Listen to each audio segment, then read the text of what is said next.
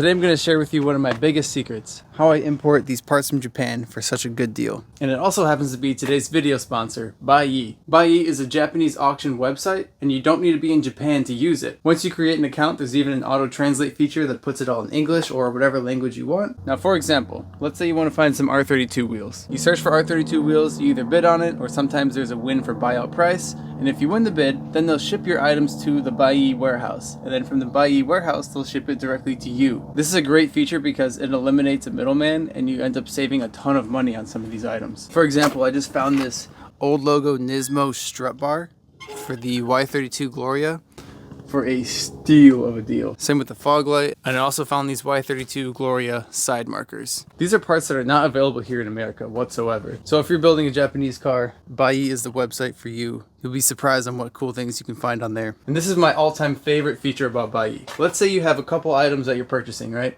And they ship them all to the warehouse. You can have an item there for 30 days. So after it sits in their warehouse for 30 days, you pay a fee, but usually you don't let it sit there that long. But you have the option to combine your packages into one. So you're not shipping like 6 packages or however many items you have out. They can just put it all in one box and you just pay one shipping fee. That'll save you a ton of money in the long run. I put these items out here because these are all things that I have found on Buyee. I've also found these work wheels, those work wheels, these RG1s. And a lot of you guys have asked where I order my RC stuff. I get it from Buyee. Even this body was found on Buyee. And side note, for everyone asking what chassis it is, it's a Yokomo and the chassis name is YD2. But yeah, this thing is sick. It's fun. And if you guys have seen the recent 300ZX video where I test fitted the entire body kit, I actually found the skirts and the rear Bomex valance on Buyee as well. Shout out to Buyee for sponsoring this video. Thank you so much. I highly recommend using their services, as you can tell. I'll include the link below for you guys to check out. There's 10% off if you guys are interested. Thanks Buyee for sponsoring this video. Now let's get into what we want to do today. I want to prep this quarter panel to be welded onto the Gloria. The cool thing about this quarter panel is it is an uncut OEM old stock quarter panel. And what that means is this was never on a car because it's brand new. That means that there's no spot weld holes that were drilled out. So in order to really install something like this properly, you would need a spot welder, basically something that pinches along the seams. We don't have that. So what I might do is try and find my old quarter panel and line up the seams so that I know where I can drill holes. I'm not gonna drill them out as big as the spot welds actually are, but just big enough so I can get a solid weld on there. Here's the quarter I took off the car. And another thing I noticed is the new quarter panel actually comes with this backing piece. As you can see, I went around it on the quarter panel I took off. And that's because I didn't think a new quarter panel would come with that part. And that is actually the taillight housing piece. So it looks like we're gonna be drilling out a few more spot welds. Kind of interesting timing, but it looks like we're getting a new tree in the front yard. In the meantime, I think I'm gonna pull out the Gloria. I plan to turn the Gloria around because I don't wanna be welding this close to the 240. So if it's on the opposite corner, that just makes more sense. Let it prime for a second. Oh man, old Nissans, baby. It is a nice change not having to press this red button ever since we diagnosed that a couple fuses were blown for the taillights. Ah, what the heck, we got the Gloria out. Let's go around the block. I pulled down the S13 quarter panel because I thought it'd be cool to get a shot of both of these next to each other. The missing piece to this car, the missing piece to that car. Oh, and the tree is almost done, it looks like. Now before I prep this new quarter panel by drilling out and matching all of the holes from the old quarter panel, I want to prep the chassis. That way I can test fit the quarter panel and verify everything lines up. So let's take out this taillight. So cool that you can just spin these little knobs off, and that's really all that holds these taillights in. So easy. Yeah, so right along this seam. I wonder if we need to take this corner off too. The new quarter panel here, looks like it does have a corner on it.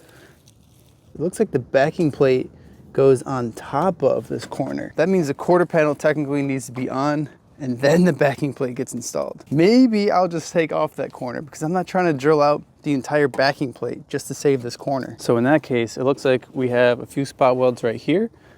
Surprisingly, none right here. You can actually separate it. And there's 2 tack welds on the bottom, not spot welds. Interesting. So when I'm drilling out spot welds, I typically like to drill a divot, not a hole all the way through, but just something that you can use to hold the center punch of the spot weld drill bit. So then it'll sit in here and it won't walk around. I've tried to just use a punch before. The bit still walks around. And I used to drill all the way through it, but that's not really necessary. And it makes it a little bit harder to weld.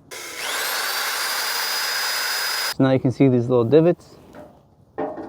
So when we put the spot weld bit in there, it stays centered. We got them all drilled out. Rust? What? Brand new OEM quarter panel has rust in between the seams. Cannot make that up. That is insane. There were a couple parts on this car when I was taking it apart that had some rust, and I was shocked because this car is overall super clean. But to see it on a brand new, never used quarter panel, these cars are not designed to last. It's unfortunate, but we're gonna make it happen. So now we gotta get the last two welds out of here. I'm probably going to just use the grinder and try and hit it sideways. I don't want to take away metal from this panel here, so I'm gonna try and shave it down smooth. The next thing we need to prep is the chassis itself. We need to take off this taillight section. And I want to bring this quarter panel a little closer to the car so that I can make sure I'm not taking off the wrong panel. Okay, so just the bottom. Looking at the car. Okay, so it's just from here to there. We're not able to see the spot welds we need to drill out. So first I like to use a wire wheel and then just grind along the seam. Now you can see all the individual holes that we're going to drill pilot divots in.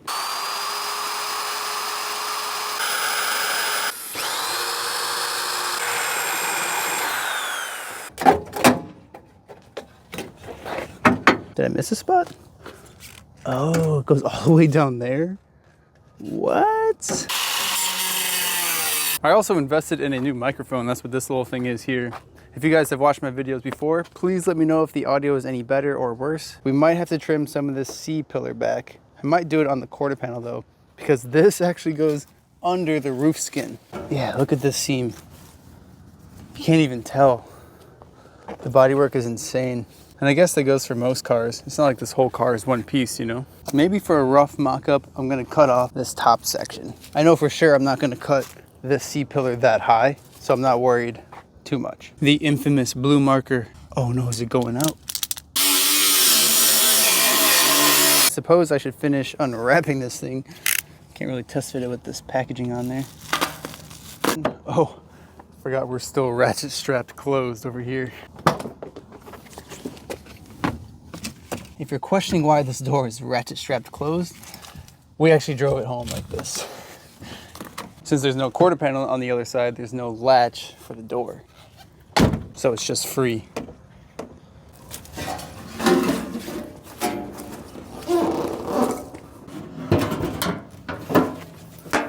This is our very first test fit of the new quarter panel.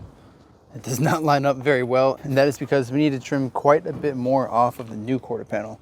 This is how far down the original quarter goes, so we have that much of an overlap, and the shape is not going to allow it to fold over. A couple other things to look at. Down here, this lines up perfectly. The bottom slides on with no problem. As for the rear, it looks like the new OEM quarter has this recessed part where it actually is supposed to slide in. And now these 2 points are not lining up very well. Here to here. You can see the recessed section on the new quarter. The trunk pan is supposed to overlap that far. And with this not sitting snug, we're not able to fully seat the top end. Honestly, I think I'm gonna cut more off of the original car. I had previously drilled out the spot welds to around here. And that is because I learned on the other quarter panel that this structure right here, this goes from the wheel well to the middle of the C-pillar, stops right about there. And I plan to put a backing panel on the new quarter panel when I weld it on, kind of like how I did on the other one. And there's not too much free play here in between the structure and the quarter panel. So if I cut the C-pillar higher, we won't run into clearance issues with this structure. I put the quarter panel back on just to get an idea of how much of an overlap we have to work with. Now this is not a cut line, so I'm hashing this right away so I don't make the mistake. We can always cut more, so I'm going to start with cutting around here, probably 2 inches below that line. Now, since I will be cutting into the car, I'm gonna put on these fireproof blankets, not moving blankets. This will protect the sparks from hitting things inside the car that I don't want damaged. You do not want to learn the hard way having a moving blanket catch on fire inside your car. Now, instead of using a Sharpie marker and just drawing a straight line, I find that if you use a piece of tape, you're guaranteed a straight line. This is our cut line. Oh, perfect. So even though we've removed this much quarter panel, this is still going to be in the way, this inner structure. So we can cut up a little bit higher. Now remember, this is the limit. So I'm going to start with just cutting above the tape. It looks like we might have to drill out some spot welds on this side. Yep.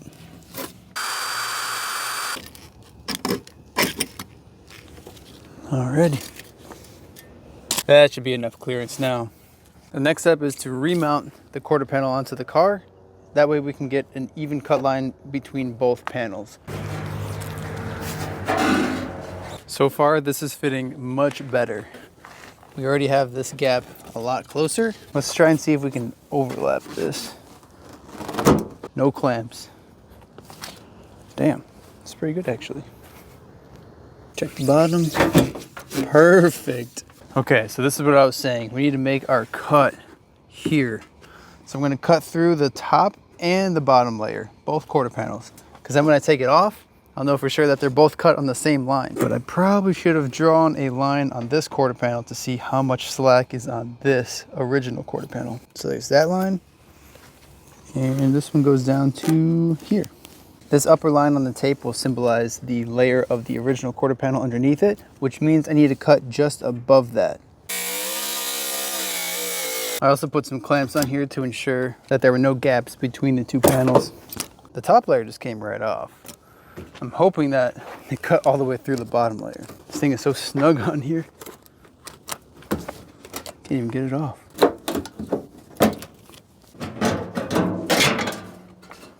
Yo, looks like we missed just an edge here. And I might actually need to drill out some more spot welds and grind off this adhesive so I can even see it. Oh, there's a spot weld right there too.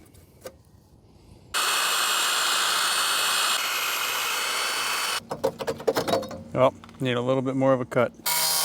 Perfecto. Now check it out. This is going to be used as our backing plate. Basically what that means is we're going to put it on the back of this quarter panel.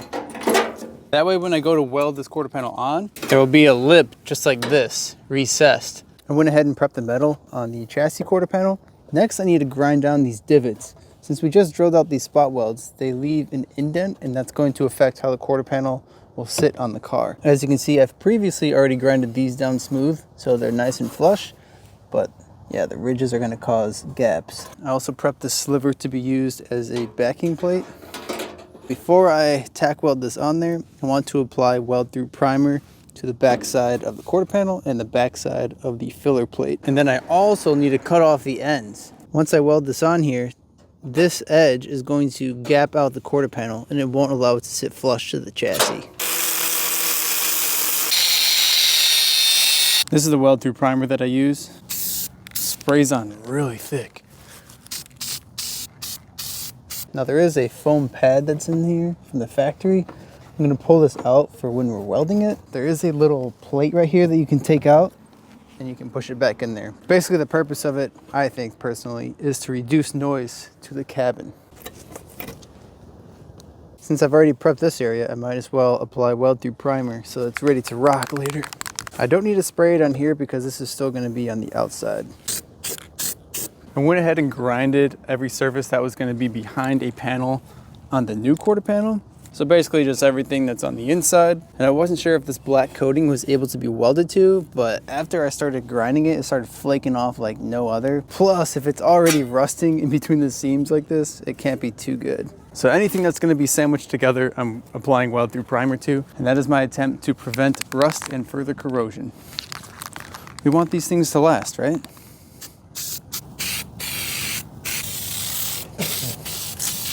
The sun is setting, and believe it or not, it's only 4:30. It's crazy how short the days are in the winter. It is nice to hear the RB running though.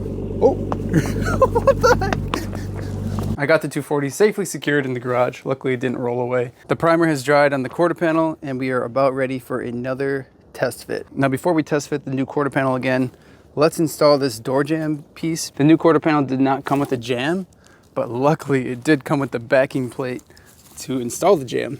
A lot of times new quarter panels do not come with this piece. I have never taken one of these off before. You would think I would have, given how many cars I've taken apart. Okay, so there's a backing plate washer. It doesn't appear to have a top or bottom. The screws have a built-in washer. That's pretty neat. There's some adjustment to it as well. I'm just gonna tighten it down straight and see if we got it. We can always align it later. All right, let's see how it fits. All right, next test fit. Looks pretty decent. I didn't put a clamp back here yet, but this will all line up fine. Most importantly, these line up perfectly. Oh, little piece of metal just fell off. Same with this side. Now let's check the door. So right off the bat, it does not come in contact with the latch. Basically like out of alignment, you know what I mean? Like sometimes if the latch is too high or too low, you'll hear the door hit that before it actually hits the latch. Ooh, okay, not bad. I only put 1, 2, 3 clamps on right now. That one's barely on. Looks like we have a little bit of a gap here. Nothing too crazy though. I can try and slide that forward a little bit more. But overall, I'm pretty satisfied with that. A major thing too is the gap here. That looks perfect. This is good too. So see this body line here? It actually contours down. So that means that the door right here is the continuation of this body line. So that is very strange. But I guess it flows well enough. It gets the job done. Now we need to align the trunk. Because if we just weld it on like this and close the trunk when we're done, who knows if this is spaced out correctly. Now this brings me to another interesting fact. Someone mentioned in a previous video that on the assembly line, each trunk hinge is tuned differently for each car. This hinge, this is blue, came off of this car. This is also blue. My car is gray. Completely different cars. This trunk doesn't fit exactly perfect on the back of this car. And I've encountered this before with an S14 where you transfer a straight trunk and the hinges from one to another and somehow the trunks don't align. Neither of the trunks or cars were bent and somehow they did not fit right. So going back to that comment, the hinge is designed for the chassis. Now, unfortunately, my left side, this one, was completely crunched in. I think it was actually this one. You can see it's folded way too much. You can see it came in contact right there. So this one we're not gonna use, but I might try and utilize the other side since I still have it. Even just comparing these two, you can tell how off the bottom one is. This is the one that was on the car during the crash. But we are almost done installing the new one. I'm gonna leave all the bolts slightly loose, not cranked down. That way I can shimmy it and adjust it if I need to. I'm gonna try and center the trunk before I center the quarter panel.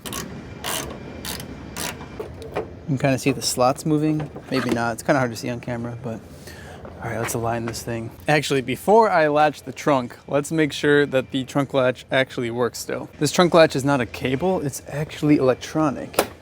I think the button was, up there it is. Oh, is it a pull? Oh, I don't hear anything. Thought I plugged it in. Yeah, it's plugged in. I wonder if this particular latch is busted. I don't know, I've never tested that one out, but I did keep the original. And I don't remember if I ever pressed the button for that either. Guess there's only one way to find out. I know I kept it, that's for sure. Oh, there it is right on top.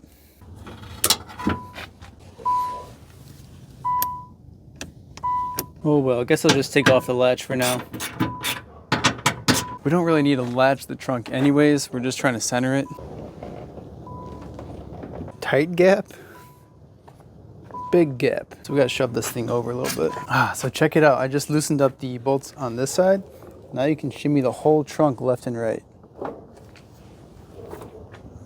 Damn, that's quite a bit of adjustment. I've installed the driver's side taillight as a reference. Oh, dude, that's perfect.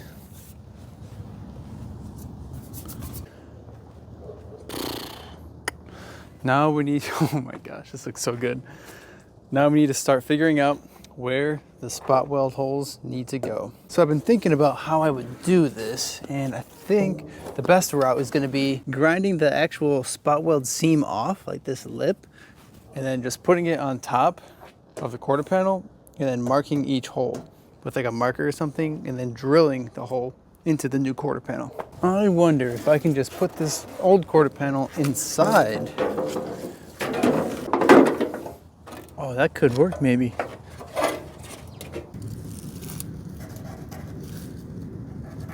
I figured this would be a lot less work than cutting off all of the seams. Looks like some of these had notches in them, but not all of them lined up to the factory quarter panel that I took off. So I just put the dots where the factory holes were. All of the holes have been marked. Now we just need to drill them out. Like I said before, I'm going to use a smaller drill bit, not drilling it out the same diameter as a spot weld drill bit would. That's because it'll be a lot easier to weld these holes shut. All the holes have been drilled. Let's weld on this inner lip, the backing plate. Put some clamps on here to hold it in place. Got a perfect overlap. Let's get to welding. I'm going to try and sand off any of this looseness. That way, when I apply weld through primer to it, it actually sticks. Nice bare metal. The next step for this quarter panel is lining it up on the car and then fully welding it in.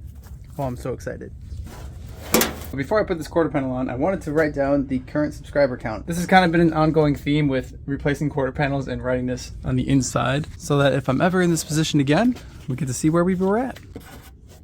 If you are one of these 127,000, thank you for subscribing. And if you're not, thanks for giving me a chance.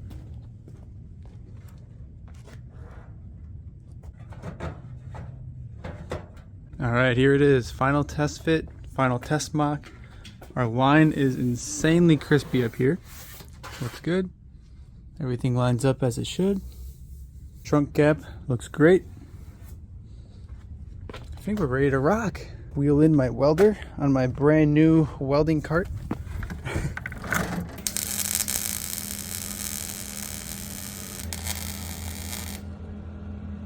Making some good progress so far. I only welded a couple spots so far and along this seam, but I'm realizing I'm having trouble seeing out of my helmet. Look at how gunked up the front is. Yeah, it's so cloudy. And I forgot I have more lenses, so I'll slap a new one on there. We'll do before and after. Check this out. Here's the helmet. Yeah. Wow. This looks incredible. Helmet test. Big difference. You can actually see through it. I wanted to tack weld the quarter panel in position before I jacked it up and took the wheel off, just to make sure it would sit exactly how I intended. So now that we have a couple tacked up here, I want to now open the door and clamp the rest along this inner pillar. Yeah, all along here. See how it's not even seated right now?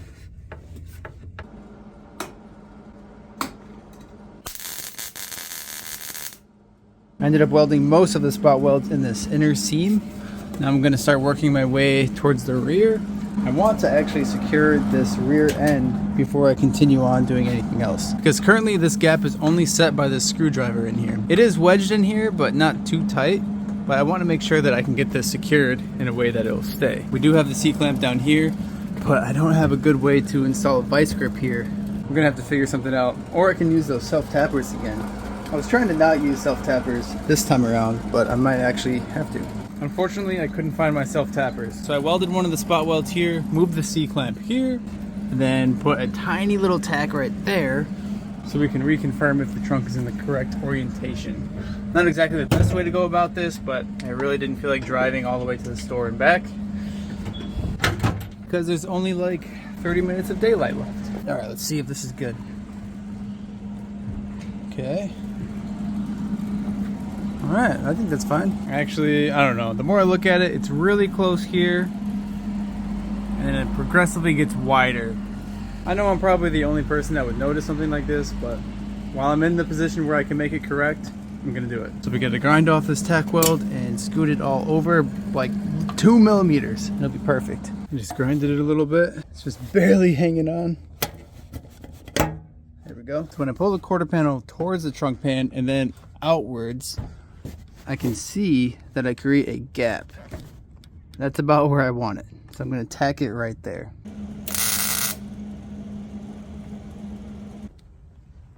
Okay. All right. I know you probably can't tell the difference, but I can, and I'm happy with that. I also just received another box from Bayi. We'll open that in a second. I want to just at least tack weld this rear end together.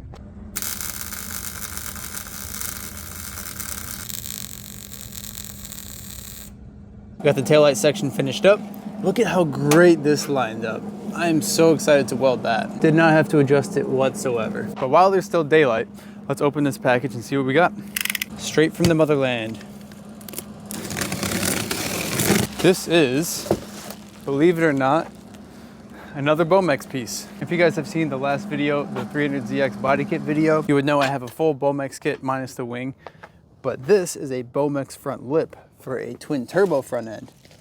I don't have a twin turbo front end. I have an NA front end. I decided to go with this lip because I am not a fan of running fiberglass front bumpers. I don't think they last. One hit on track or one scrape going up something and that thing's done for. So this lip goes onto a stock bumper, which is plastic. Plastic tends to last a lot longer. That is honestly the whole reason I went with the OEM Koki front end for the 240, because this is plastic, not fiberglass. This is fiberglass. But who cares if a lip breaks? You can just get another lip.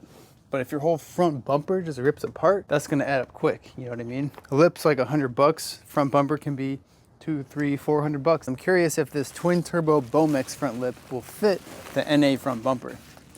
So one way to find out. The stock Z bumper isn't bad. It just needs a little something extra. Well, it's looking like I'm gonna need the twin turbo front bumper. It looks like this upper groove fits into the upper slot. Basically, the only difference between the NA and the twin turbo front bumper is the twin turbo has 2 slits right here. And that is actually for airflow to the intercoolers, because there's an intercooler on this side and one on that side. I don't have a twin turbo bumper, so we're gonna have to find one to mount this lip. At this point, I have enough points welded where I wanna jack up the car and take off the wheel and then start doing some inner wheel well spot welds.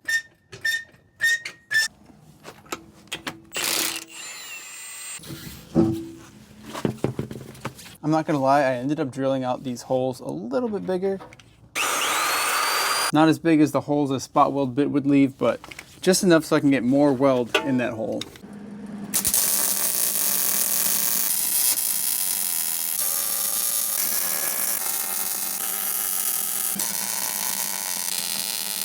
These welds are turning out insanely good. I'm very proud of my progress.